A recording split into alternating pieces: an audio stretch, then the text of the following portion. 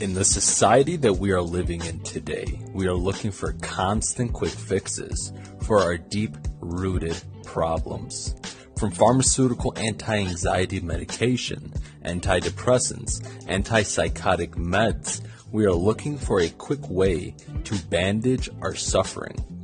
These protocols for these conditions can be beneficial short-term, but in the end can lead to long-term conflictions besides the existing complications one started with. But what if I told you there is an alternative? An alternative that could be growing right in your own backyard. Magic mushrooms, also known as psilocybin cubensis, a species of psychedelic mushrooms with active compounds psilocybin. These mushrooms have been used for thousands of years, ranging globally in all cultures, from Aztecs, Egyptians, early monks in Japan and Thailand, shamans in Russia. Almost in every continent there is some history of the usage of these mushrooms. Even though these medicinal mushrooms have been used for thousands of years for all forms of ailments, but does it hold weight and validity in our current time in science and New Age pharmacopoeia? Yes, magic mushrooms are considered a Schedule I substance in the United States, meaning it does not carry any medicinal properties and rather harmful to an individual. But with the turning tides in the scientific research and curiosity, these substances have recently been showing unheard of results in the medical community. Results showing that magic mushrooms can cure neurological disorders such as PTSD, anxiety disorders, depression, OCD, body dysmorphia, clustered headaches, overactive amygdala, migraines. In a recent study in October 2017 by Dr. Robin Cahart-Harris, head of psychedelic research at Imperial College, found that magic mushrooms may reset the activity of the brain circuits known to play a role in depression. In the study, 20 patients with treatment-resistant depression were given 2 doses of psilocybin, 10 milligrams and 25 milligrams, with the second dose a week after the first.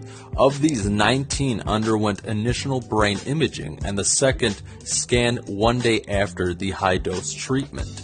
The team used 2 main brain imaging methods to measure changes in blood flow and the crosstalk between brain regions, with patients reporting their depressive symptoms through completing clinical questionnaires. Immediately following treatment with psilocybin, patients reported a decrease in depressive symptoms, such as improvements of mood and stress relief. MRI imaging revealed reduced blood flow in the areas of the brain including the amygdala, a small almond-shaped region of the brain known to be involved in processing emotional responses, stress, and fear. Another study from Johns Hopkins University, ran by Ronald Griffiths, which involved 29 patients, and the large one from Johns Hopkins University with 51 patients, that a single dose of the medication can lead to immediate reduction in the depression and anxiety caused by cancer, and that the effect can last up to 8 months, which is unprecedented, said Ross. We do not have anything like it. The results of the study were very similar, with around 80% of the patients attributing moderately or greatly improved well-being or life satisfaction to a single high dose of the drug given with psychotherapy support.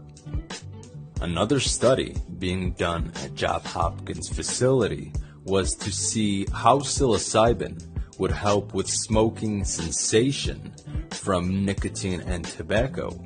And what researchers have reported is that 15 study participants taking psilocybin achieved an 80% abstinence rate over 60 months compared to approximate 35% success rate for patients taking varenicline, which is widely considered to be the most effective smoking cessation drug on the market.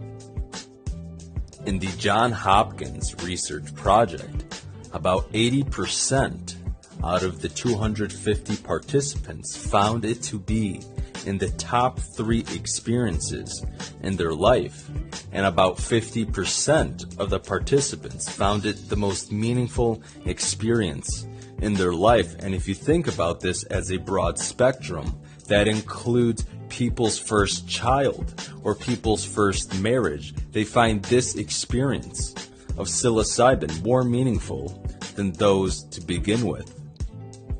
Next study found that psilocybin was beneficial for people with OCD disorder.